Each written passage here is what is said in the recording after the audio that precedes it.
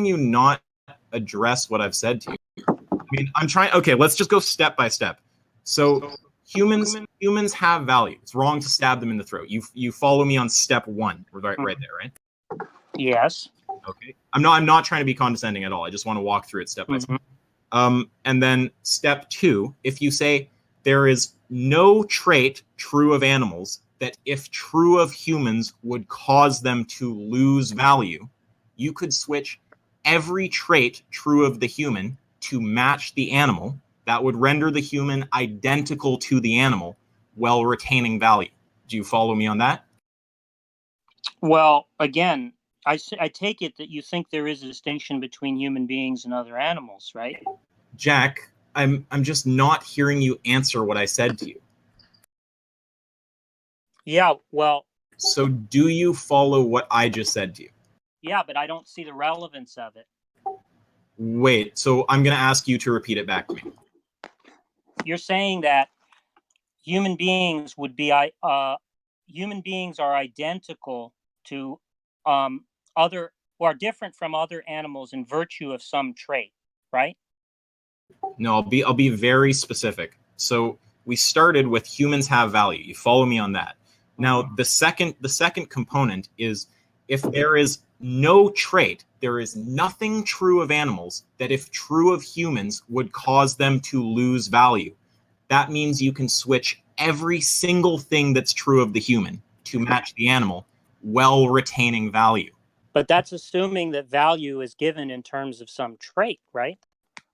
No, not at all. It's just saying you could undergo this trait switching and the value for whatever reason remains. No, what I'm saying is that you could have two identical objects, right?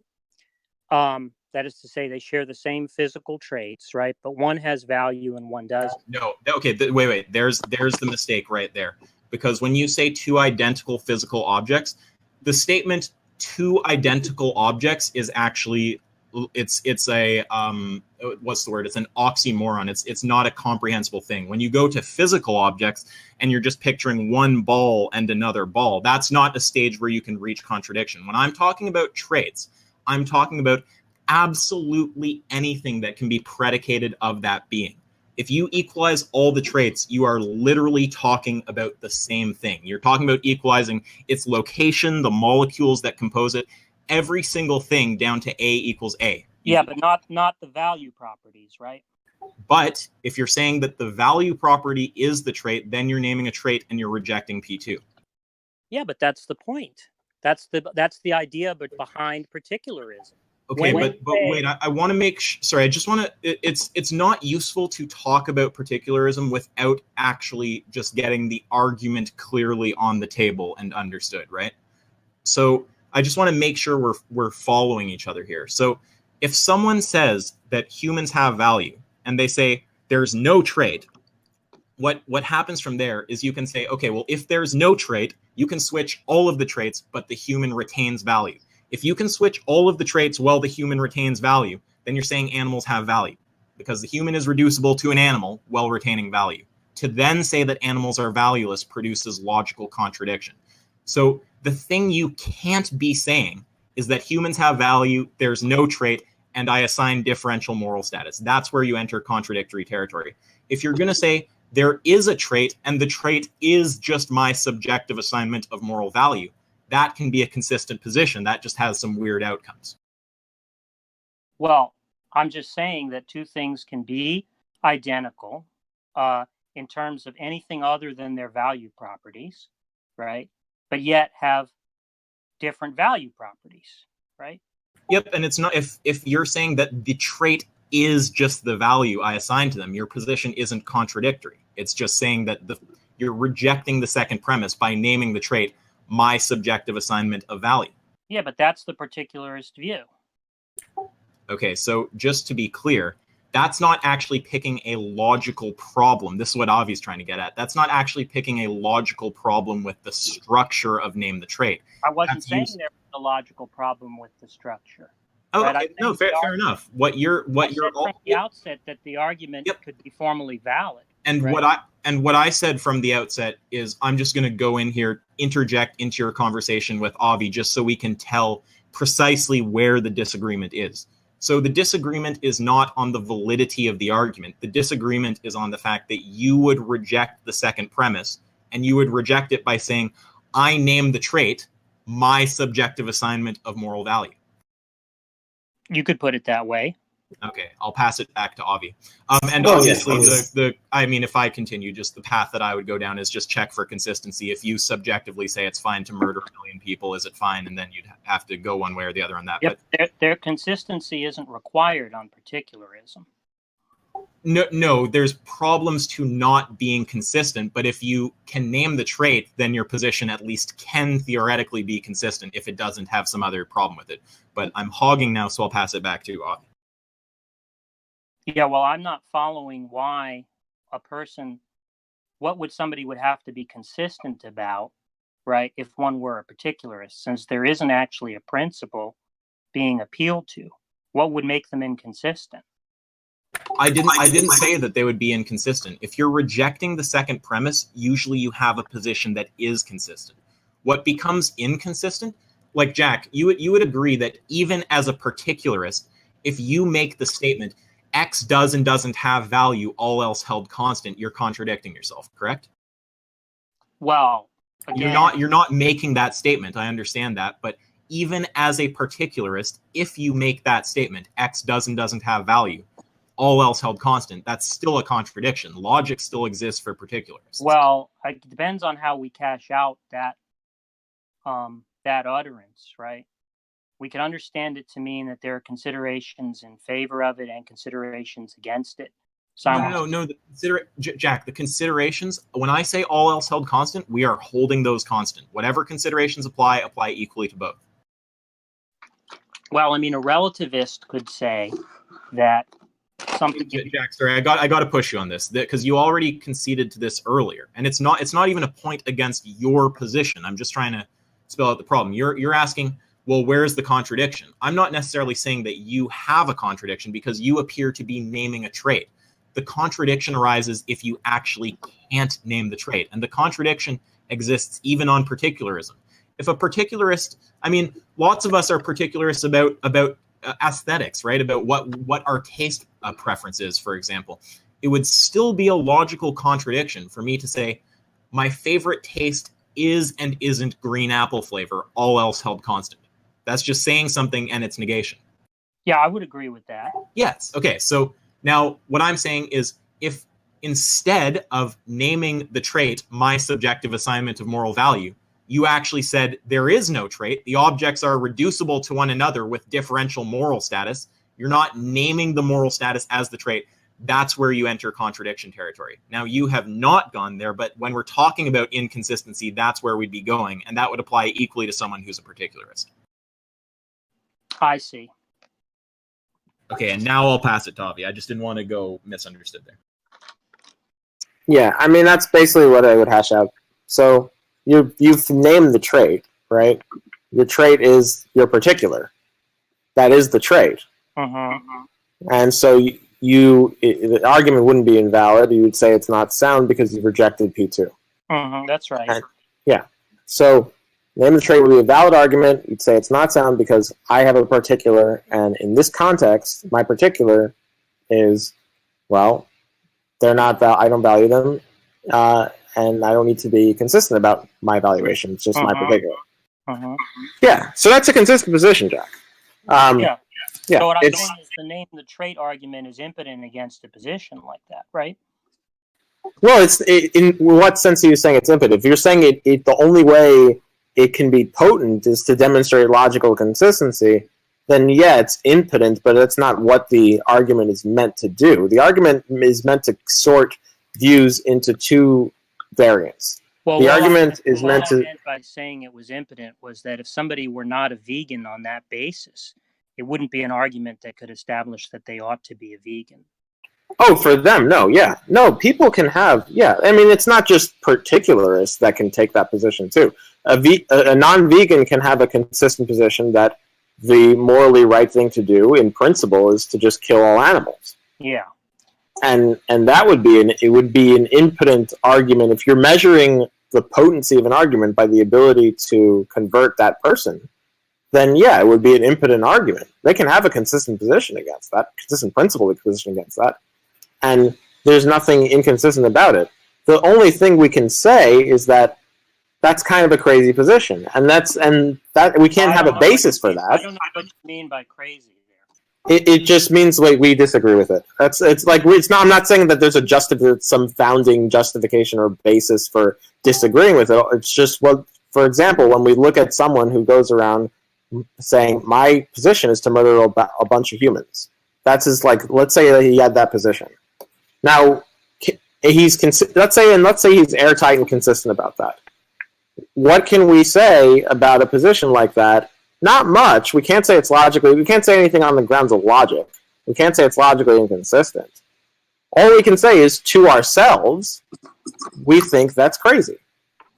Okay, that's fine. But I thought that was what Manny was arguing. And so I didn't understand why there was a claim that Manny had lost the debate. Right? When all Manny had done was to defend a position like mine, as I understand it.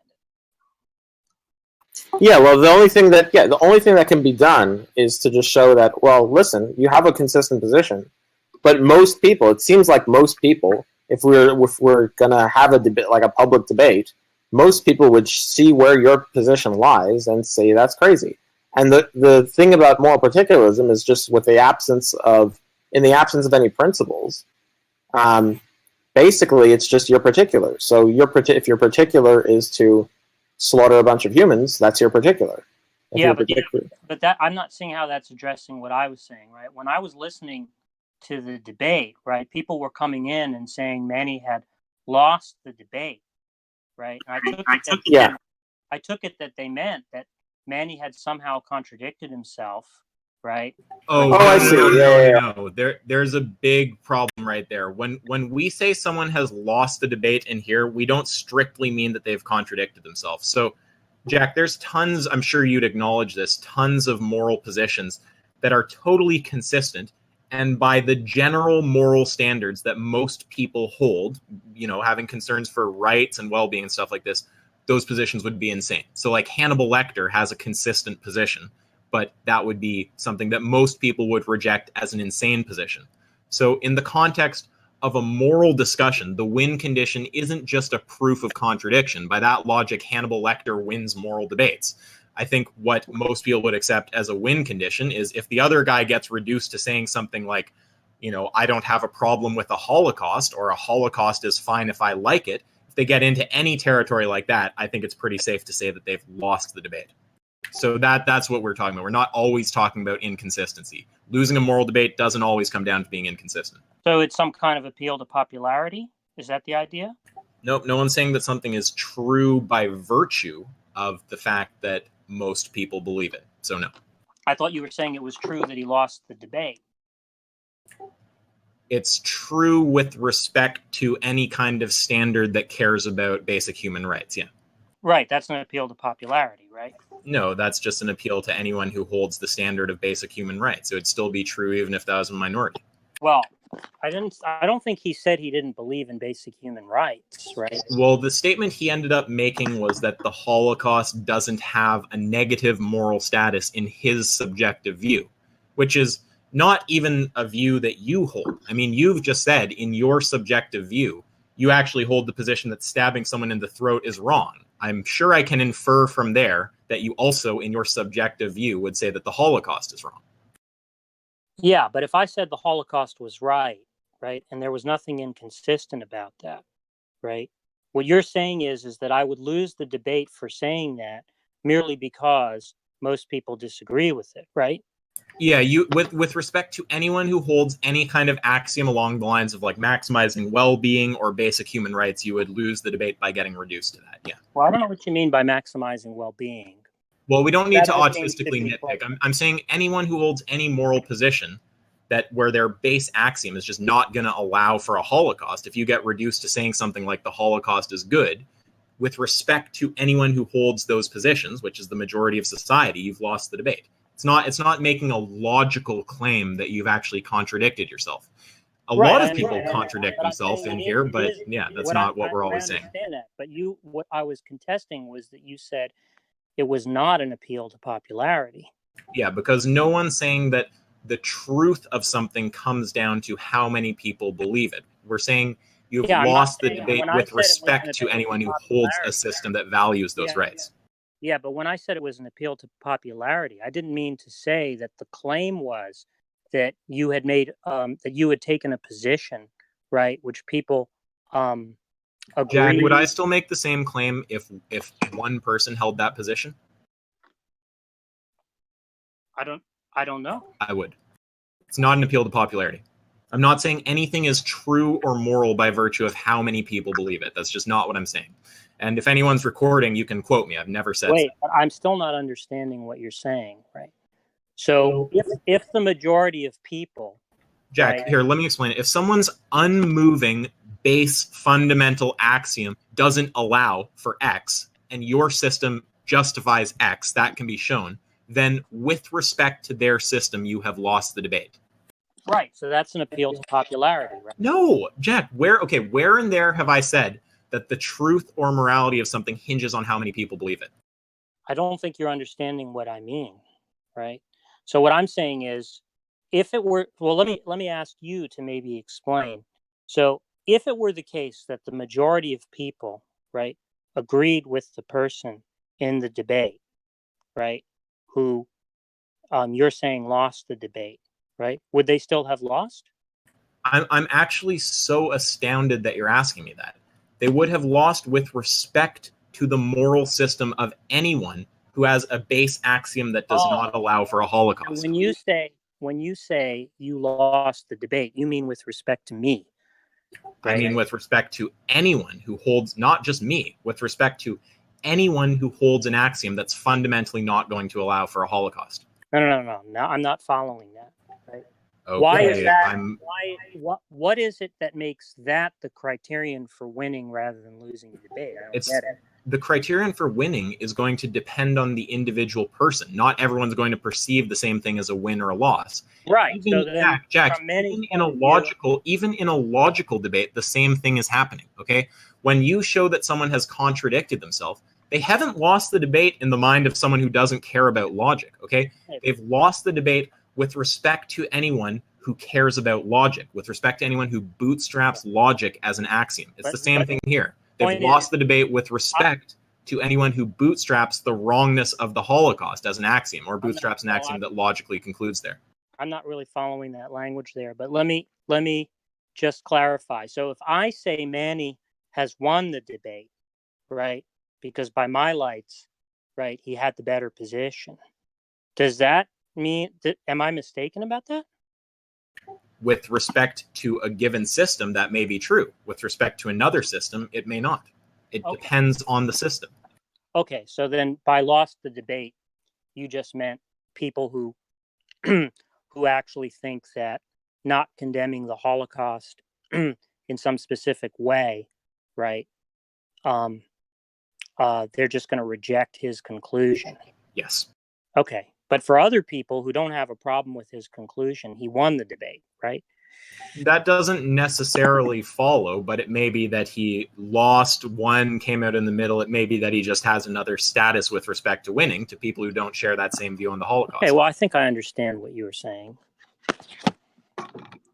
Yeah. So the reason that it might come off as an appeal to popularity when it isn't is because I make statements like the vast majority of people hold a system that rejects the Holocaust.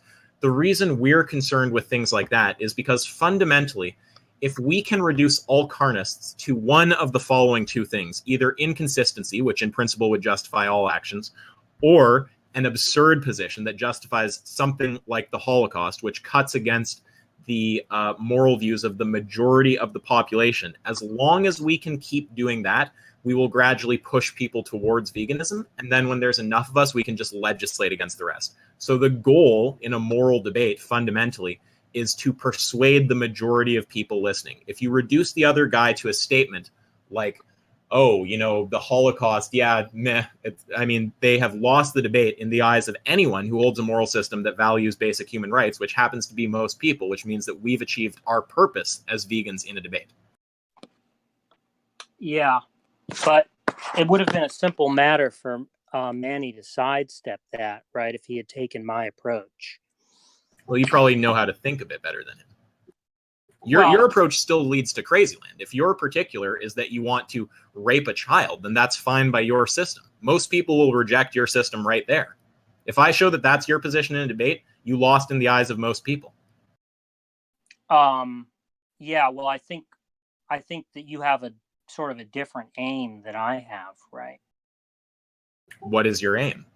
Well, my aim is merely to have a position, right, which survives criticism. I think your aims are more than that. I think that there's multiple moral positions that would survive criticism, as in they would come out being logically consistent. There's something more to it than that when you're selecting which moral position you want. I don't know what you have in mind. Okay, so would you agree that the position that I hate everything and I want everything to die, everything has negative moral value, is a consistent position? I guess so. You hold that position? No. So obviously that establishes the fact that there's something other than consistency that you're concerned with when it comes to adopting a moral system. Yeah, I'm talking about my position, right? I'm not talking about any consistent position, right? I want to have my position be a consistent one. Yes, but the how we got here was you said that you have a different goal in debate than me, and you said that your goal was to have a position that stands up to criticism. So my response to that is I think you actually have more goals than that. I don't think you just want a position that stands up to criticism, as in a position that is logically coherent, because there's plenty of moral systems that are logically coherent that you would just dismiss as being batshit insane. So you're probably going for something like trying to find a position that is both consistent and that your preferences align with. Well, I wouldn't put it in terms of preferences, but yeah, values. Yeah. Sure. I don't care about the language of preferences or values, just that you align with. But the point I'm trying to make is, right, that it's not about trying to get people to accept my values, right? No, I didn't say that it has to be. Yeah. So it doesn't really matter to me. But right. Now you're defining it in the negative in terms of what you're not trying to do. Like, I don't care about semantically nitpicking this. It's just a minute ago, you said what you were trying to do is just have a position that stands up to criticism. I put a bit of pressure on that. You say, well, stands up to criticism and, encapsulates my values. And now you're instead of defining what you're trying to do, now you're defining what you're not trying to do, which is persuade others. So I never said that you're necessarily trying to persuade others. Although if that were your position, you would fail the second you hold this kind of angle. But that's what I meant when I said, right, that you and I probably have different aims. Sure. Yeah. So it doesn't really matter to me, right, that people say, oh, that position is crazy, I don't share it. Right? Oh, yeah. No. What matters to me is just that people understand how to get to the logical conclusion of your position and how to spell it out clearly for everyone to see. Because I'm confident that most humans fundamentally value things like rights and like well-being and will not accept a position that in principle justifies all actions. So for me, the concern is more about the people in here learning to extract what your system, which I consider profoundly evil, actually says, so they can expose it to others and then have others be persuaded away from your system. Yeah, I understand that. But for me, it's just an irrelevant matter whether the majority is persuaded of my conclusion or not. Right? Well, it's irrelevant to the truth of the matter. It's irrelevant to whether the position is consistent. It could even be irrelevant to whether you are going to hold the position or not. But it's certainly relevant to us. So if you just want to say that you have different aims, then that's totally fine. But that's what I said at the outset. The issues that I picked up on during this discussion. In fact, I'm totally cucking off. Avi, you can talk. Oh wait, I was like falling asleep. I'm sorry. Yeah, I mean the thing is, I mean your aim is. I mean, I'm not actually sure what your aim at Angstreich is, but the point is that for vegans. And in terms of it being a relevant thing, it would be relevant to be able to show the logical extensions of your moral system or lack of system, or principles or lack of principles, and what that leads to, and for people to get off board with that, on board with veganism. And the reason that is relevant, because it's relevant just pragmatically, because if we get enough people, we can just legislate against people from eating animals. Yeah, I don't have any problem with that. I'm just saying that all I was concerned to show, right, was that you guys didn't actually have an argument against my position, right? Well, an argument, yeah. I mean, it depends on what you're defining. Like if you're saying what you mean when you say you don't have an argument against your position, you mean, well, you're not going to be able to show it to be logically inconsistent. If that's what you're saying, well, then, you could show it to be false in other ways, perhaps. Yeah. Or if you can't show it to, you can't verify the negation of your system, or you cannot show your system to be logically inconsistent. If that's the metric by which you're saying you don't have an argument against it, sure. But again, like a lot of people, like what we view it in terms of the way we view this is that an argument against your position would not be limited to those things. An argument against your position would just be in terms of being effective pragmatically, which would just be effective pragmatically, right? I don't take a position on that. Yeah, I mean, assuming it was effective, and by effective pragmatically, I mean just getting a bunch of people off your position onto our position, and just eventually just legislating against your position, or what follows from it. Yeah, I mean, invalid arguments can be pragmatically effective too, right? So I don't have. And Angstreich, just to be clear, when I'm referring to that kind of argument, I'm not saying it's like valid in the sense that it leads to a truth or falsity of your position. Yeah, I understand that, right? But see, what I understood the name the trade argument to be, right, was an argument that could show that anybody who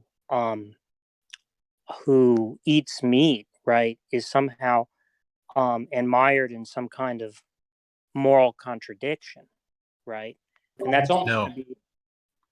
Yeah, that's not what name the trade is meant to do. Right, I understand that. It's a sorting mechanism, Angstreich. It sorts people into either consistent but absurd, like you, where you have a consistent position that in principle justifies all actions, including infinite suffering, if you prefer it, or into the category of inconsistent. So it's just a sorting mechanism. It's not a claim that all anti-vegan positions are logically contradictory. Yeah, although the word absurd there is a little bit misleading, right? Absurd. It's just absurd to whom, right? I mean, I think what you mean is that it's a position which is unpopular, right? Well, no. I mean, it's a position which is unfavored among certain people who hold specific axioms. Yeah. So to those people, unpopular, right? Well, it could be popular. It could not be popular. I mean, if most people actually shared my conclusion, right, it wouldn't actually be pragmatically effective. Right? Yeah, that's true. It wouldn't be pragmatically effective. That's correct. Yeah. So what we can say is we couldn't say it'd be pragmatically effective at that point. What we would say is that it's just we could say lose with respect to just someone who holds an axiom similar to us. You would say not lose to someone saying holds an axiom similar to you. Now it just happens to be like in that sense, winning or losing the debate.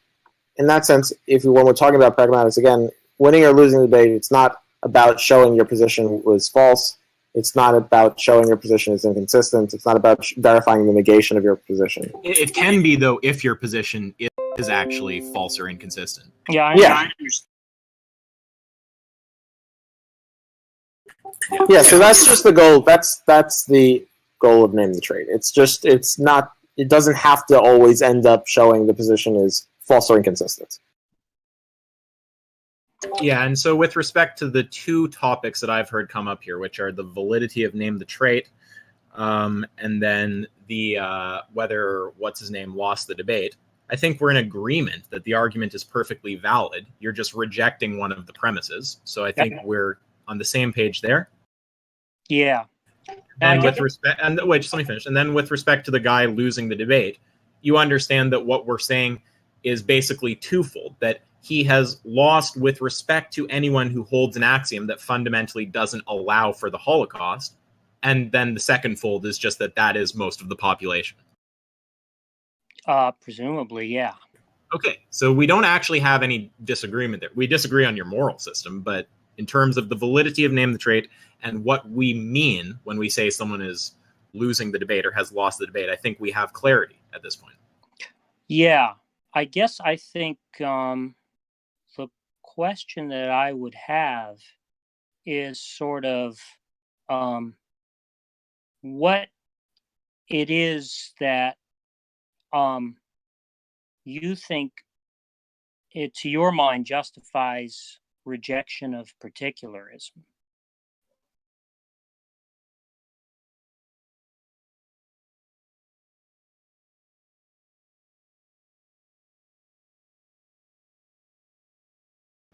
Well, I mean, if no one's going to talk, I'll talk. Yeah, I mean, I just would not hold particularism because in principle it justifies all actions. I don't think we should hold systems that in principle justify all actions. You can if you want to, I wouldn't. Yeah, but isn't that the same thing as just restating that you reject it? I'm just asking. Wait, no. You didn't ask if I reject it or not. If you asked that, I would have said I reject it. You asked why do I reject it, and I spelt out the reasoning. I spelt out what it conflicts with respect to what I care about. I care about a system not in principle justifying all actions.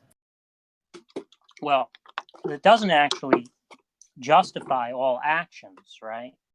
It's just consistent with any potential justification, right? Particularism is not actually justified. Let me rephrase. In principle, can justify all actions. Well, no, I don't think particularism justifies anything.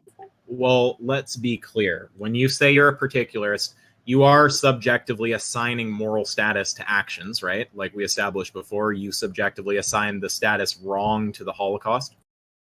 Yes. Yeah, of course. So in principle, you can assign via particularism whatever moral status you want to whatever action. There's not a deeper principle than just your particulars.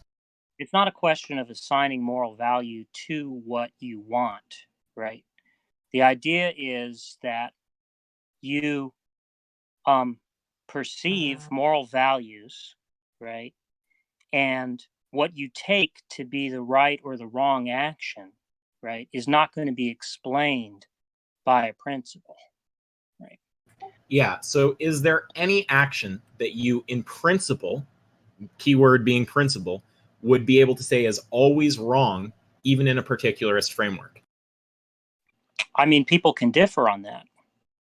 But right? the principled answer is no. I mean, unless you hold a particular system that excludes certain actions. But in principle, if you're a particularist, if what you're saying is that the assignment of moral value just comes down to what I subjectively perceive to be valuable. You know, if I see something as good, it's good. If I see it as bad. There's no underlying principles. The fundamental reality there is that can justify anything. Yeah, but principles can. Well, no, not yeah, but yeah is the important point, and that's why I reject particularism. Is it the case that principles can't justify anything? Principles broadly spoken about could justify anything. Particularism could be talked about as a principle. Okay, if you're conceding that principles can justify anything, right, then obviously your problem with particularism can't be that it's unprincipled, right? So that wouldn't be a good objection. So what I'm asking you is... Well, no. The problem right there is that I hold principles that would not allow for a Holocaust to be justified. That's fine. Right? That's fine. So, but I didn't ask you that. Yeah, but particularism, that is not a moral system that is going to, in principle, say such a thing about a Holocaust. Okay. I don't think you're really following what I'm trying to get at. So let me see if I can spell it out, right? If I have a particularist objection to a Holocaust, right, that's just as much an objection to the Holocaust as if I have a principled objection to the Holocaust, right? If I have a particularist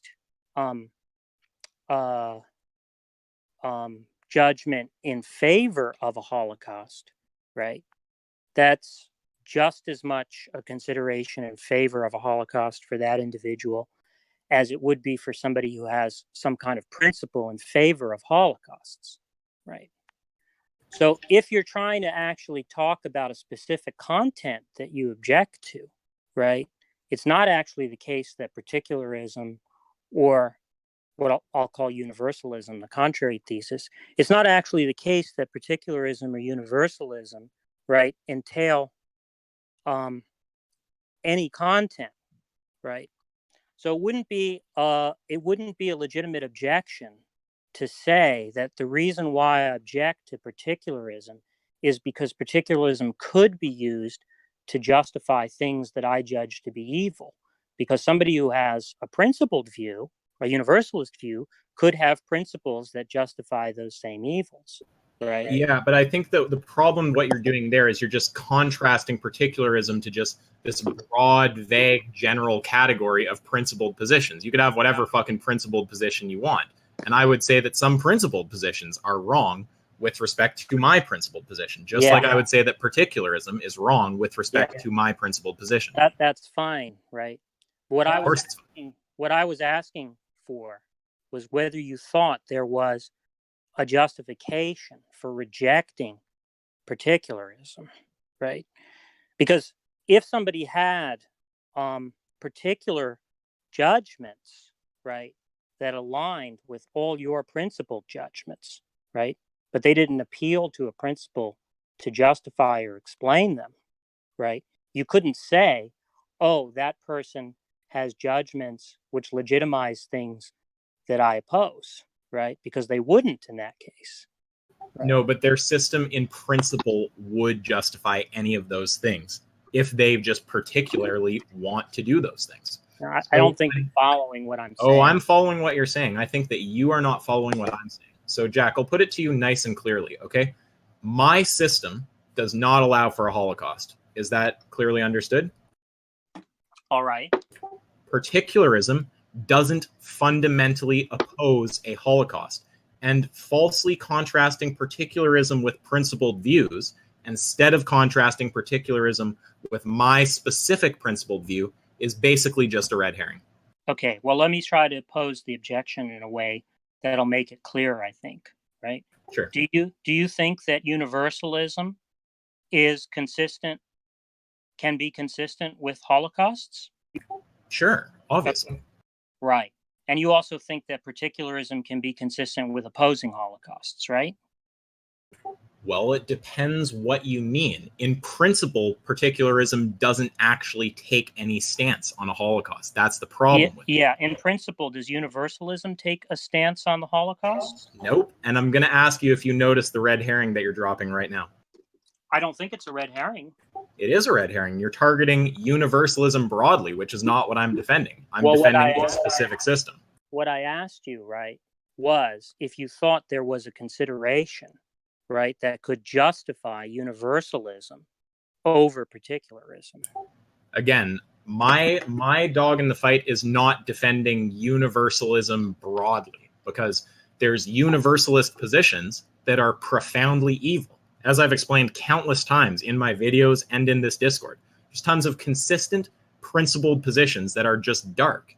I mean, you can go back in this recording that I'm assuming Bacon Bone is taking right now, and you will hear me saying Hannibal Lecter's position is fully logically consistent, and it's completely fucking evil, right? Right, and presumably when you start attacking universalism and contrasting it with particularism, and then asking me to defend universalism, it's a red herring, because I'm not here to defend universalism broadly. I'm defending my specific position. I didn't ask you to defend universalism broadly.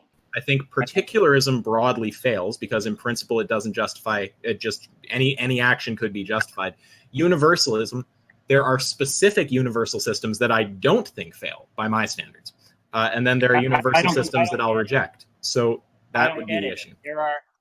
I don't get it. Right? There are particularist systems that could I shouldn't say in principle. There are particularist views, right? Somebody could have a set of moral views, right, that are understood to be particularist in character, right, with respect to any outcome that's consistent with all the things that you take to be good and evil, right?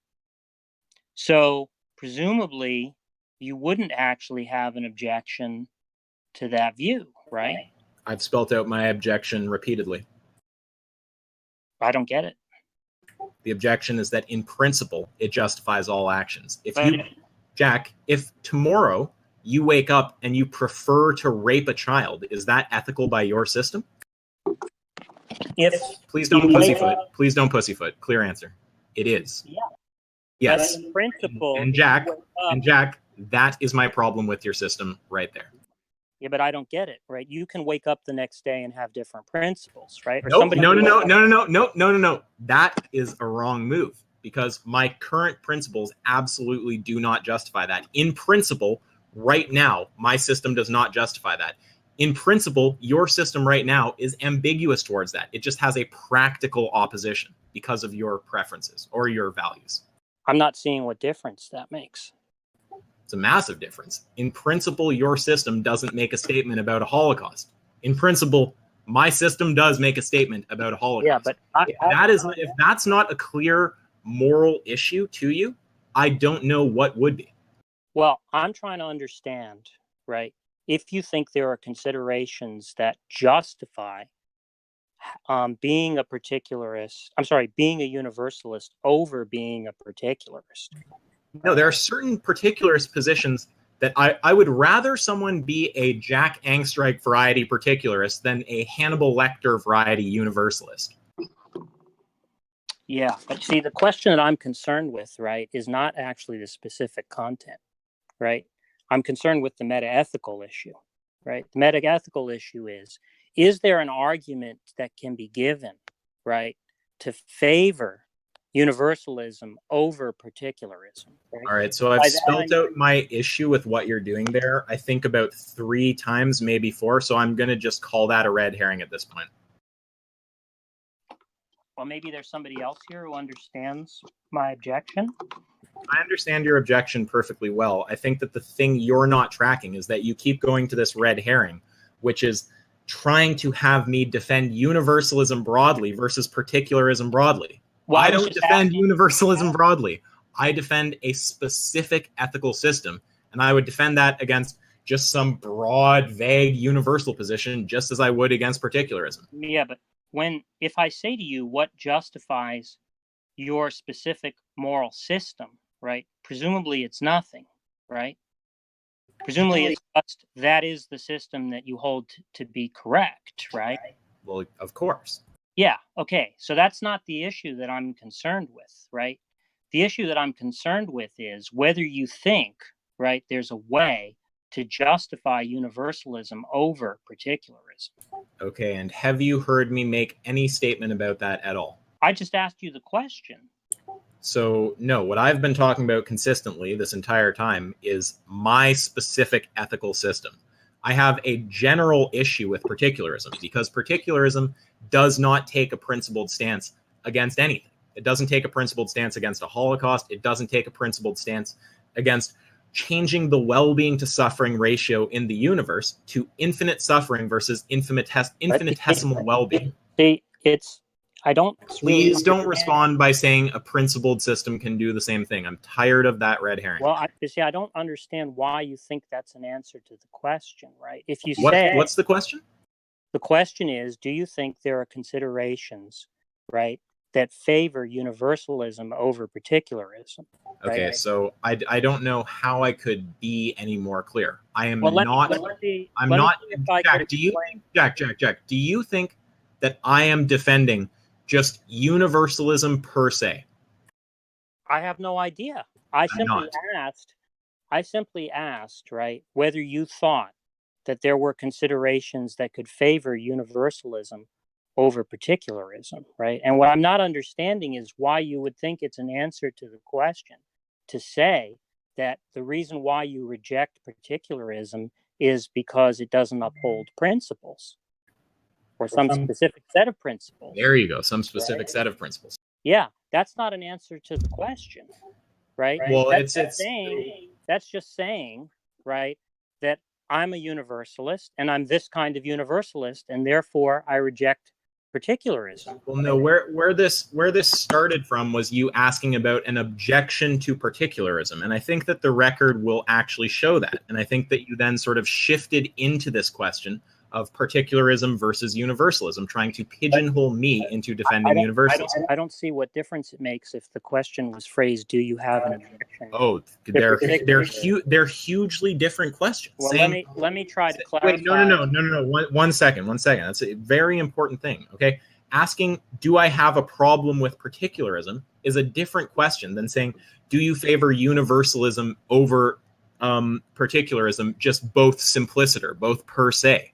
It's a completely different question. Look, do you have a problem with X versus do you favor Y over X? That's a difference of question. The question is, are there considerations, right, that would justify rejecting particularism, right, rejecting particularism and accepting universalism, right? And what I'm saying is, it's not an answer to the question to say, yes, the consideration is that I'm a universalist and I hold to this specific universalist system, and particularism is inconsistent with it, right? That's merely to affirm that you reject. Yeah. So I think that at this point I'm just going to appeal to the history of the conversation. So I think that it's clear that what Jack started out with was a question about whether I agree with particularism or not. I gave my answer, and then Jack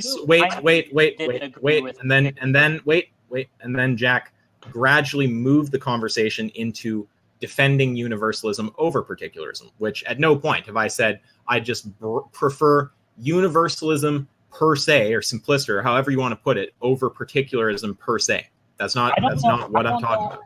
I don't know how you could ever have been under the impression that I was in doubt that you rejected particularism. Right? I was responding to your question. No, my question was phrasing. I think I can even remember your phrasing. I think you said something along the lines of, "Is there a justification for rejecting particularism?" It was something roughly like that. That's correct. And you see, the problem is that saying you are a universalist isn't an answer to that question. It's merely reaffirming that you reject particularism. No, Jack, you asked me if I reject particularism or if there's a justification for it, and I spelt out what my justification for rejecting particularism is. Was your justification something other than that you are a universalist who holds to a specific universalist system? My justification is that I care about having a system that in principle opposes things like the Holocaust. Yeah, isn't that just to say that you're that you're a universalist? No. How is that? What the fuck? Jack, do you think that the sentence, "I am a universalist," has the same information content as "I prefer a system that in principle says that there is something wrong with the Holocaust"? But the point is, somebody who... No, I want an answer, Jack. Those are not the same sentence, are they? They're not the same sentence. No. But so please don't try to equate them and say that I was giving you the answer. I'll explain to you why, right, I did that, right? Because somebody who said, "I'm a universalist," right, and I care about there not being moral systems that reject the Holocaust could give the same answer to the question, right? So it doesn't actually matter what the content of the view is, right? It's not actually an answer to the question, why is it that we ought to think that particularism is wrong, right? Because okay, so Jack, I'm sorry, I got to cut in. I've given you my answer multiple times. I think that my answer is abundantly clear. The reason for rejecting particularism is that in principle, it can justify any action. That's it. Well, that is the reason. So Jack, here, let me just do this again for you, okay? If tomorrow you wake up and your particular values or preference, or however you want to put it, is to cut a child's eyeball out and fuck them in the socket, is that ethical? Okay. No, not okay. Give me an answer. Pick whatever answer you like. It's not going to affect my objection. Well, right? Wait, I want to hear your answer. You can choose for me. I think that you have an answer. Via your system, you should have an answer. If Fine, tomorrow, whatever. It doesn't make no, Jack. If tomorrow you wake up and your particular preferences, values, however you want to put it, are to cut an infant's eyeball out and fuck them in the socket, is that ethical by your system? Yes or no? Sure. But okay. I don't see what and that is why I reject particularism. Okay. But see, I'm not understanding how that's an answer to the question, right? That's because you have that, Jack. I'm going to kind of steamroll you at this point. That's because you have shifted the question away from why do you reject particularism to a separate question, which is attempting to get me to defend universalism broadly over particularism. Well, I was simply asking if you thought there was any justification for preferring universalism to particularism. Right? Now, if you universalism. No. That's not the same thing you started with. Your original question was just about why do I reject particularism. But no, I don't think that there is a reason to just prefer just universalism simpliciter over particularism simpliciter. But I think that there are specific universal systems that are preferable to either position simpliciter. No, I didn't ask you whether you thought they were preferable. That was a follow-up point. Okay, so let's just stick to the original question, right? I've just given my answer to it. Are you now saying... Jack, I'm sorry, but I don't accept you calling it the original question. Your original question, unless I just have a horrible fucking memory, your original question was about whether I have a reason for rejecting particularism. That's not the same thing as a question about why I should prefer universalism over particularism. I don't have a preference for one view simpliciter over the other view simpliciter. That's not a position I've expressed at any point in this conversation. I'm not asking you if you have a preference, right? I'm asking you if you think there are considerations, right, which could justify universalism over particularism. With no specific universal system, just universalism broadly.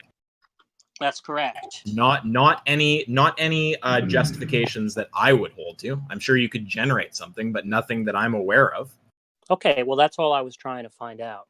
So you basically think that you don't have any kind of an argument, right, to show that particularism is wrong, right? Oh my Lord, Jack, you're just equivocating on these two questions like crazy. I mean, I'm actually in awe that you're not noticing this. Me saying I have a problem with particularism and me saying I don't see a reason to intrinsically prefer one over the other simpliciter. Those are not the same thing. I'm not saying anything about preference. I still have a huge problem with particularism. I can spell it out. I can spell it out again for you. Jack, if you wake up tomorrow and you want your preference, your particular view is that you would like to cut a child's eyeball out and fuck them in the socket, is that ethical? Yeah, but that's irrelevant. No, Jack, stop. I don't like when you try to dodge that bullet because that's where you die. Is it ethical? Yes. That is why I'm not a particularist. But that's just restating that you're a universalist. Right. Okay, I'm done. Someone else can hop in. I think that's a thorough wrecking. All right. Who else would like to go? So is there anybody who thinks I guess ask yourself is agreeing. It sounds like he's agreeing that he can't offer any argument in favor of accepting universalism over particularism, right? He just thinks that people who are particularists, right, just have a different way of viewing the world than he does, right? And that's merely what I was trying to find out. I asked the question at the outset whether he thought or whether anybody thinks there's an argument to show that particularism is false, right? That it's a false view of the world, right? It's a false it's a false meta-ethical view. Now, if everybody agrees that there's no argument to establish that, then my question has been answered. If somebody thinks that there's an argument that establishes that particularism is false, I'd be interested in hearing it. I think it would have been worthy of just being clear on what you mean by justification. Because again, like when you say, and I know what you're going to mean, like either a kind of confirmation of the negation of particularism or establishing that particularism is logically inconsistent. I think those are the two things. I'm talking about epistemic justifications, right? So I'm not talking about pragmatic justifications, right? I'm talking about considerations that favor the conclusion that view is correct or incorrect, right? Yeah, and the question is, so when people say, I mean, what it seems to be that if someone shows the extensions of particularism and it leads to things that people wouldn't like, that wouldn't be a satisfactory answer to you as a negation of particularism or a justification that someone should not be a particularist. Well, that just shows, right, that particularism doesn't correspond to their intuition. Right, correct. Yeah, I'm not asking that question, right? Oh yeah. Angstreich, yeah. Like I mean, Jack, if you're gonna say like can I make a justification for any meta-ethical view over the other? No, I mean I don't think I can justify universalism in a way that I cannot justify particularism. I can't can negate particularism in a way I can't negate universalism. No, it's just the same kind of thing we're doing before. It's just, well, I look at particularism, I look at certain specific forms of universalism, and I just see their extensions and what we agree with. That's all it is. Well, okay, so we agree then that that nobody knows of an argument that establishes that universalism is more likely correct than particularism as a meta-ethical view, right? Or the other way around. Absolutely. But now I guess I have a question then, which is, do you think that universalism presupposes the idea of there being transitivity of preferences? Can you explain what you mean? Yeah. So the idea is that a person who prefers A to B, if transitivity held, right, a person who preferred A to B and preferred B to C would have to prefer A to C. Okay. So I'm wondering whether you think that the transitivity condition is a constitutive feature of universalism, or if universalism can do without it. I'm not sure. I haven't thought about that. Is this like somewhere that goes in terms of saying like basically the principles basically just rely on the preferences in the first place, or rely on the particulars in the first place? Is that the kind of argument that you would try to go and get? The idea that I have is, right, that universalism does presuppose that, right? And so the idea is that a person who chose C over A, right, would have to be judged irrational on a universalist view, right? And what I'm saying is I don't see how they could establish that there's anything irrational about that. So just to be clear, when you talk about transitivity, can you just explain transitivity of preferences, right, is the view that preferences are hierarchically organized. So it is to say that it's entailed, right, if the individual is rational, right, that the only way for him to be rational if he prefers A over B and B over C is to prefer A to C when presented with correct. Yeah. A or B, right? Correct. Yeah. Yeah. And what I'm saying is I don't really see how the universalist position, if I'm correct, right, that universalism does presuppose the thesis of the transitivity of preferences, right? I don't really see how the universalist has the resources to establish that there's anything irrational, right, about a person preferring C to A. Yeah. Wait. So, but first of all, can you make the case that universalism does presuppose the transitivity of preferences? No, I'm not sure that it does. I'm just saying that I think it may, and if it does, right, that's going to be a big problem for universalism, because I don't see how they could establish that there's anything irrational about preferences being intransitive. Yeah, I mean, I would just see like universalism as, okay, here's a principle and you apply it consistently. I don't know how it gets to presupposing transitivity of preferences. Yeah, I could be wrong about that. Yeah, I mean, my original answer to you, I think is the same. Like, I don't know, I haven't thought about it, but now I'm thinking about it, like, I don't see how it follows. Okay, but I mean, I don't know. It seems to me that the name the trait argument is basically proceeding on a basis along those lines, right? Saying if well, I think we've cleared that up, Angstreich. I mean, I mean, I'll appeal to you. Like, do you think we've cleared that up? Well, you cleared up how the argument works, right? What I'm not clear on is whether it's the case that that argument presupposes transitivity of preferences. I don't see how it follows that it would presuppose that. How does it presuppose that?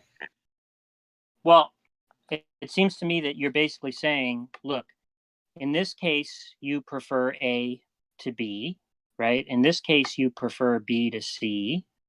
But in this other case, you're preferring C to A, and that's irrational. Oh, I don't think it has to do with... No, it doesn't... no, I don't see how that follows, because it doesn't necessarily have to be that it's relying on saying that you prefer... you even prefer anything. It just has to say that, well, okay... You can... I don't think the language of preferences is necessary structurally to the problem that I'm trying to raise, right? You can just say, given the principle that you, given some principle that you hold, right, you prefer A to B and somebody else, I'm sorry, you prefer A to B and you prefer B to C, right? So it follows that therefore you should prefer A to C, right? So if in fact you currently hold C to be the case, right, then you're irrational, right? Now maybe you don't. Well, yeah, no, and just to be clear, like that you should prefer A to C if you prefer A to B and B to C. That preference is that ought also. We have to be clear on what that ought means, because that could be just another Humean ought as opposed to like this ontologic epistemic ought, right? It's not epistemic. Well, I don't think the two are. I think the two coincide there, because I'm saying what you judge to be desirable, right? If you judge A to be desirable, more desirable than B, and you judge B to be more desirable than C, right? Therefore, you ought to judge A to be more desirable than C. So if in fact you believe that I actually don't know that last step you just made right there. I don't know if that's like when you just said therefore you ought to judge A more than C. I would just say that if A, I mean, look, I mean, the analogy I would make here is like let's just say mathematically, like if A is greater than B and B is greater than C, then you ought to conclude A is greater than C. Would you agree? Would you agree with that statement? Well, I think transitivity holds in mathematics, right? Right, but what I'm saying is that ought that I just slipped in there, that you ought to conclude it. It's only an ought if you ought to say A is greater than C if you want to be correct with how you've defined the mathematics. Like that ought in and of itself is just it's like a Humean ought. Yeah, but I'm not talking about non-Humean. Well, again, when you say Humean, okay, if you just mean by Humean ought hypothetical imperatives, I'm not talking about anything that's not a hypothetical imperative, right? So I'm just saying that I don't see, right, that it follows that one ought to prefer A to C, right, or ought to think that A is more desirable than C, right? Because I think the idea is that if you prefer C to A, you're somehow being inconsistent, right? And therefore No, I don't think that's how it's relying. I honestly, now that I'm thinking more of this, I don't see how it's presupposing this at all. Like it's just saying that, okay, what is like, do you have a trait that makes it, is there a trait? And by trait, we mean, just to be fully clear on this, it could be an accidental property, it could be an essential property, it can be an extrinsic factor or an intrinsic factor. It could be any predicate. And just the name of the trait is just any predicate. Is there any predicate difference that makes a difference in terms of one thing having moral value and not the other, and that predicate could include moral value itself? And the answer to that question is going to be a yes, because other than if you want to say those two things, one does not have moral value and one does have moral value, and to say that the answer is no would just be to deny things like identity of indiscernibles, or possibly even the law of identity, because if every predicate changes, then the two things are exactly equal to each other.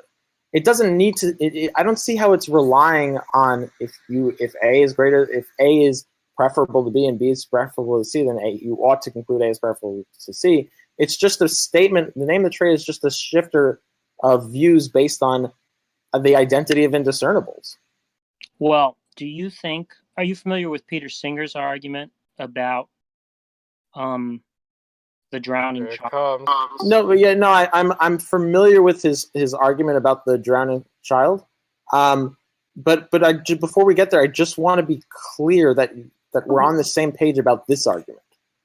Yeah, well, I'm trying to determine whether there's a structural parallel between the two arguments. Yeah, I've heard this. This is not the first time I've heard this structural parallel try to be made between the drowning child argument and name the trade. And I understand that. I don't think that there is. There may be in some ways, but I don't think it's in the way you're trying to make it to be. But just in order to fully hash that out, just do you understand what we're saying when we make the name of the trade argument? Like, what is, like, you tell me, like, what's the idea behind it? Like, what is it? How does it get to the identity of indiscernibles, and how does that show logical contradiction? I think so. The idea is something like, if you can't show me a trait that distinguishes the two entities in question where you're taking different moral attitudes towards, right, and you switch out all the traits, then you don't actually have a principled basis by which to favor one over the other. Right? No. It's not that you don't have a principled basis which favor other. You don't have a principled or particular basis to favor one over the other. It could be it's also the same. It applies the same to a particularist. So because if all the traits are the same, then your particular is the same too. Remember, it's any predicate. It could be an accidental, essential, intrinsic or extrinsic property, which would include your particulars. Yeah. Okay. Fine. So, do you think that the Peter Singer argument is a good argument? It depends on if you share certain beliefs or certain principles that Peter Singer had, and I think Parfit also kind of used this example of the drowning child in his address. But it depends on if you're a particularist, it's not going to be a persuasive argument to you. Obviously not. Because if a particularist would just say, well, it's my particular that in this case I would save the drowning child, but in the case of Africa, I wouldn't donate my money. And that's the difference is just my particular. So for a particularist, I don't think that would be a persuasive argument. If someone holds to moral principles and can't differentiate the principle that and shares the principle that Peter Singer has, then it would be a persuasive argument. But what name the trait, the difference between name the trait and Peter Singer's drowning child argument is the name the trait argument, in terms of its validity, would include the particulars. The name the trait argument, it would include accidental, essential, extrinsic, and intrinsic properties. And so you could actually even make the case that Peter Singer's argument maybe is invalid, not just not logically sound, it would be invalid to a particularist in a way that name the trait would actually be valid, although you can reject the premise and it wouldn't be sound.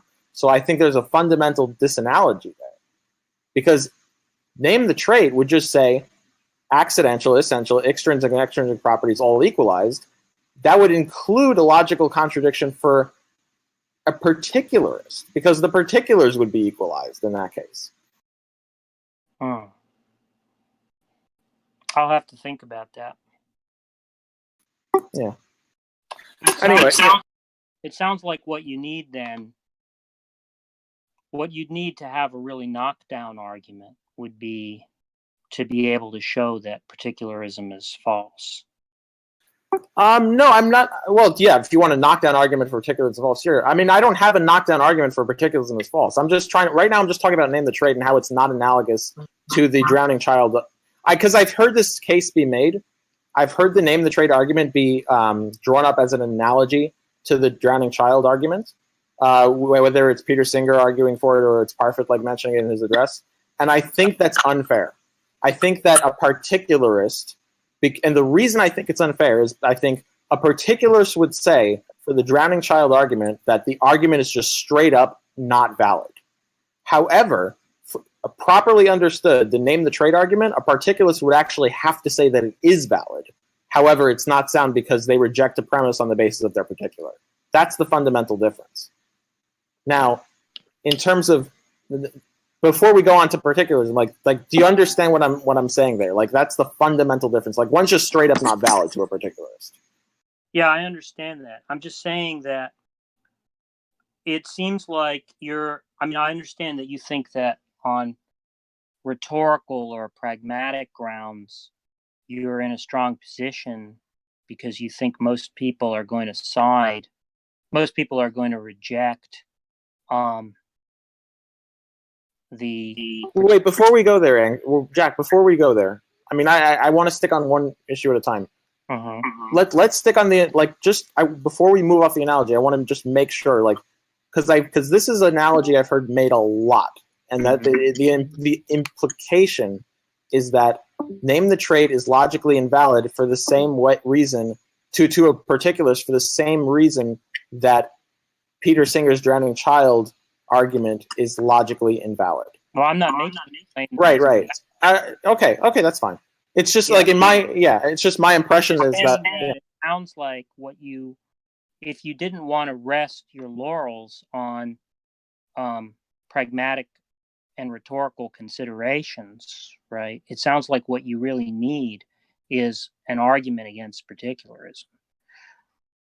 Yeah, for sure. No, I understand that. And look, I've told you before that, look, people have moral systems because they have moral systems, and at the end of the day, they agree with them. And you agree with particularism, and I don't agree with particularism. And I think that's the best I can say, and that's the best descriptor I can give. But again, I just want to make it clear. I just want it to be very clear, because my interest here is, like you mentioned up this analogy, and I want to make it clear because I want this analogy to end for name the trade, because I don't think it's fair to analogize name the trade with Parfit's drowning child. With Peter Singer's drowning child, and Parfit mentions it in his address. I don't think it's a fair analogy. And could we just agree on that?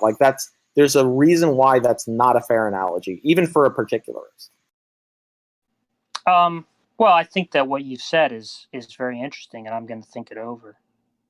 Okay, that's all I wanted. Because on all the other issues, people have moral systems because they have moral. People have meta-ethical views because they accept it. People have normal theories because at the end of the day, they agree with it. And the only thing I can say, only thing I could really rest on is the pragmatic laurels, in the sense that most people don't want a system that if your particulars change and you want to slaughter a bunch of people, then that would be ethically justified. And it's not that's me just reaffirming that most people want a principled position. Yeah, that's all I'm doing. Sure. Because I don't really have much more to say. I think we both agree on that. The only contention I had with you in this entire, fully understanding everything, the only contention I really saw was the fairness of that analogy. And I just don't think that's a fair analogy. So I'm happy that I can clear that up with you, and I hope you do think about it, and I'd like to talk to you again when you do think about it. Yeah, that's fine. Yeah, I was just hoping that somebody thought they could motivate a universalist view. But it sounds like you guys don't feel like you have an argument like that. Well, Angstreich, what would, in your view, what would motivate you off? What do you think would motivate you off particularism to take principles? I really have no idea. Yeah, exactly. Like, and I have no idea what would motivate me to go off principles and take a particular stance. Like, so that's the problem, right? So I mean,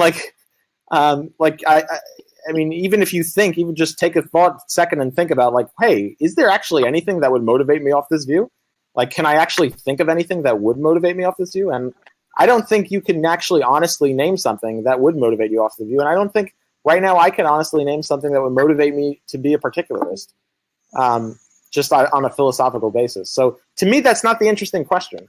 To me, like, all I can say, again, I hate to belabor the point, but all I can say is just show the logical extensions of these two views and rest on my pragmatic laurels. That's all I can really do, and I'm going to continue to do it. But that's not interesting to me. Like, the only thing now, the analogy you brought is interesting to me, and I want to, and it's interesting because on two levels, because I do think that rests on a philosophical case where I can actually show that, hey, on a logical level, because we both accept the axioms of logic, on a logical level, I can actually show you that this analogy is not fair. It's not. That's actually not a just analogy, and that's the interesting conversation. And I just like to see that analogy go away for name the trait. That's all. Yeah, well, I don't have a strong view on that. That's just an intuition. But I guess I think that there's something about universalist views that I really find hard to understand psychologically, which has to do with the idea that if one actually discovers that one has differing moral perceptions, right, that one ought to understand those things in terms of principles, and thus revise a moral judgment in order to be in conformity with a principle. Yeah, and then they would say, the people who are universalists would say the exact opposite thing to you. They would say that they have a psychological difficulty in understanding why you would structure it in terms of particulars. I mean, you're just going to talk past each other. I don't see where that's going to go. Well, you may be right. I'm not sure, though. Yeah. All right. Well, I mean, it's good talking to you. I mean, because the thing is, like, with these conversations, like, the reason I don't find it interesting is because, like, it's just like I don't think we're at a point where, like, there's anything that I'm gonna be able to say to convince you off particularism, and I don't think there's anything. And by your own admission, because you don't even know if there's anything that would convince you off particularism, and by my own admission, I don't think there's anything that could convince me off having principles. So it's not really the interesting. Like, there's not much I can do with that. There's not, like, I don't see it as the interesting point. But the thing you brought to the table, the things that you brought to the table with name the trait, that's an interesting point, because we've clarified. I hope at the end of the day, someone's mic is popping off. Can you please mute? Thank you. The interesting thing for me to do, what I can do, is clarify how name the trait is used and how it's fundamentally different than Peter Singer's child drowning in the puddle. That I can do because that rests on an axiom that we both share, which is logic. Well, so I should be able to convince you that. I would like to understand, right, how you would deal with a case like that. With a case like, okay, yeah, sure. I actually, we've made a 2.5 hour video on how to deal with it. If I can DM it to you, actually. Okay. How to deal with Peter Singer's drowning child in terms of in terms of constraining positive rights. The kind of question I'm asking is, right, imagine that you had competing moral intuitions, right, and you never thought about them being in conflict, right? But you thought one thing was okay to do and another thing was not okay to do, right? Yep.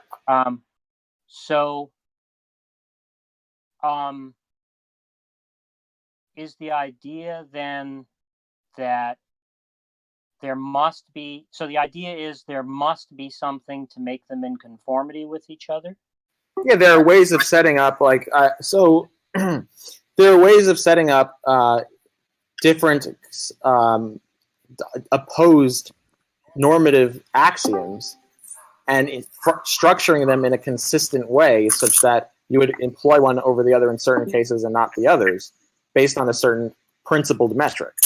You can do that. Well, no, what I'm trying to get at is, so you start out by saying, okay, it can't be the case that one is right and one is wrong, right? At the same time, correct. In the same situation at the same time, it cannot be the case that diametrically composed answers can be right or wrong at the same time in the same case. But that's only because you have a prior commitment to universalism, right? Well, it's only because no. All things being held equal, that's because I have a commitment to logic. Because of all things, I'm saying if all things being held equal. So in the same case, in the same context, in everything held equal, I would say that the diametrically opposed answers cannot both be, like, things cannot be true and not true at the same time. That I would actually reject on the level of logic. Yeah, but I'm not talking about that kind of a case, right? I'm saying that it just seems like this one is right and this one is wrong, right? And I can't point to something in virtue of which that's the case, right? Yes, and that's what I have have spent a lot of time dealing with, and I've dealt with that, and I've structured what we call. I mean, I don't know if I want to call this a system based on value pluralism, because value pluralism they view it as commiserable, or in the sense that they can't be traded out against each other. So I call my system a polyaxiomatic system, or I would describe myself as a polyaxiomat. And then there's a basic principle in how it's structured in terms of which system is deployed over the other. And it's not to say that one is true and not true at the same time. There's a metric which tells me which one would be the case and not the case. So I've developed that for positive rights and negative rights. In terms of positive rights, we have like a 2.5-hour video on how to do this specifically to the case of Parfit and Peter Singer and the drowning child. And I have a graph for the negative rights version. But your case only deals, in my view, your case that the argument for the drowning child only deals with the positive rights version. But what I would tell you is that I do believe that there's ways to deal with this argument that don't require you to be a moral particularist. So you're saying you affirm value pluralism? No, I don't want to say that, because I don't think value pluralism fully captures what I mean. So I'll tell you what I mean, and you can tell me if you think I'm a value pluralist. So I think that there are two things that matter in my system. I have a value of deontology and I have a value of consequentialism. In the context of negative rights, which are actions that inherently violate the interests of others, I value the deontologic rights violations, and I have a certain value set for those. So, and I also value, for example, the consequences that stem from those actions, but I don't value them equally. That being said, one can eventually outscale the other. So, for example, like the classic way to understand this is like the trolley problem. So, would you kill one person? Like, I'll just ask you the question. Would you, in the trolley problem, would you kill one person to save 5? I don't know. I might. Yeah. I would say no. My answer would be no. Now, let me ask you, would you, I'll post the graph soon. Actually, you know what? I'll post it now. Hold on. Let me find it.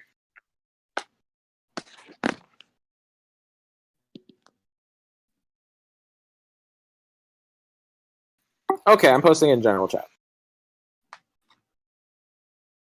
Okay. So, I would not kill one person to save 5. Now, let me ask you the question. In the trolley problem, would you kill one person to save a billion people? Probably. Yeah, me too. I absolutely, yeah.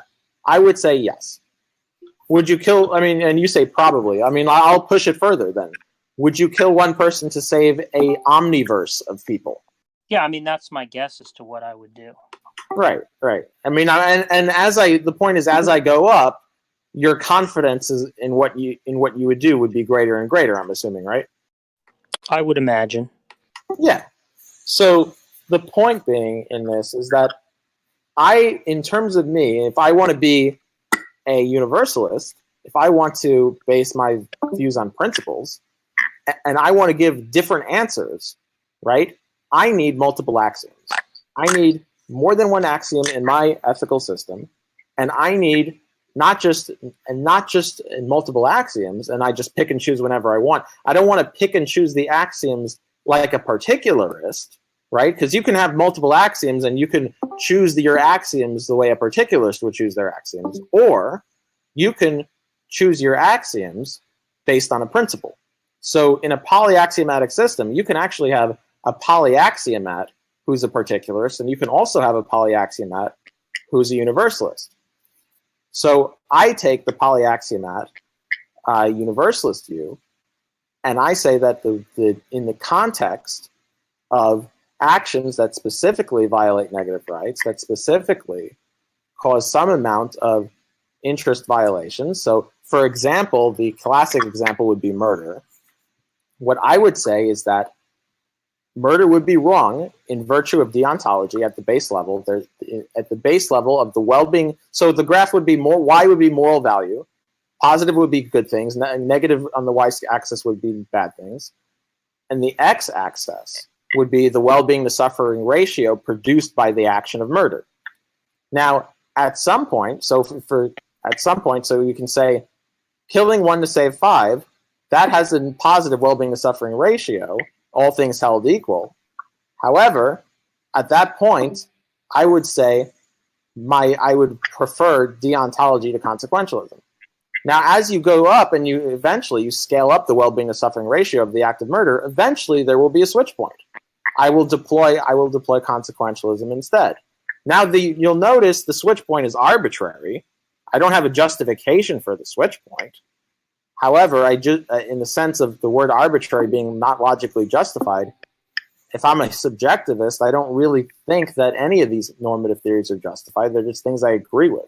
So I'm just describing something I agree with, and it's still operating based on a universalist way of picking axioms rather than a particularist way of picking axioms. So what I would say, and then there's a similar way of doing this for positive rights with with Singer's example that Parfit used also with the drowning child, but it gets a lot more complicated. But all I would try to get across is that there are ways. You don't have to be a moral particularist to get around the drowning child problem and not resulting yourself in being a slave and donating all your money. Like you don't have to be a moral particularist to do that. I don't know if that's your motive. Like, I'm not suggesting that's your motivation for doing it, but I want to be clear, like, in case that was a doubt in your mind, like, I don't think you have to be a moral particularist to get there. Well, it's not really helping me understand the deliberation process, right? So I'm just trying to understand, right? If you had a moral intuition, right, that seemed to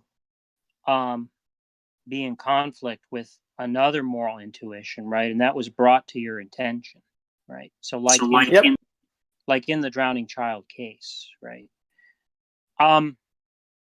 Would you say that it's in virtue of the fact that there's a prior commitment to universalism, right, that you would think you'd have to actually revise your actions, right, your habitual actions, right, to be in conformity with a principle, or is there something in the nature of the case that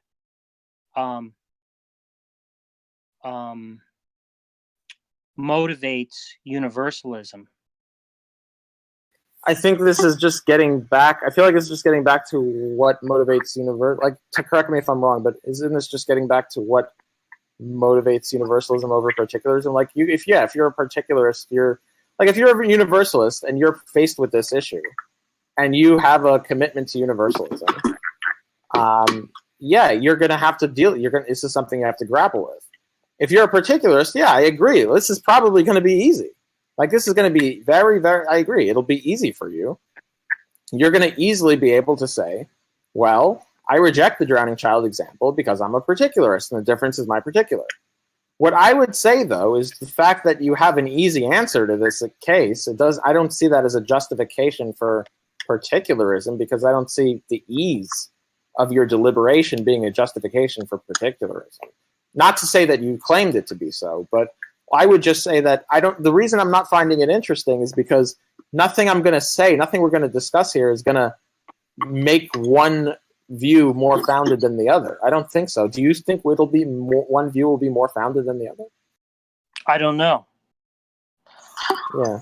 So all I can say, the interesting thing to me, all I can say is that you can be a particularist and get around the drowning child example without donating all your money away. You can also be someone who holds to principles and also get around the drowning child. And as far as the deliberation process, I don't think quite frankly, Jack, I don't think the deliberation process would justify one view over the other either way. You might be right, but I was just trying to understand whether it's a prior commitment to universalism, right, which motivates you to revise the view, right, or if you come to universalism from meditating on those kinds of cases. Oh, I can answer the question. So it's interesting. So I've had some examples of both in my life. In my life, actually, my first example in my life was I came to universalism with the issue of the trolley problem and on the negative rights issue. So in the issue of the trolley problem, what I realized is that, I want to be able to say, I'm not going to kill one to save five. However, I do want to be able to say, I am going to kill one to save a planet of people. And the conclusion that I came to was not, well, I'm just going to do that by saying I'm a particularist, even though you can do that. I can do that by saying I'm a particularist. But the conclusion I came to is like, wait a minute, when I really deliberated, when I really thought about it, I was like, okay, wait a minute, I need my principles, and I need to know where my principles switch off. That's the conclusion I came to, and that was the liberation I came to. Now, whether I said, okay, I'm just going to have a prior commitment to it and revise it, I don't, maybe some people may do that too, but I don't think either answer to that question is very relevant in terms of providing an argument for one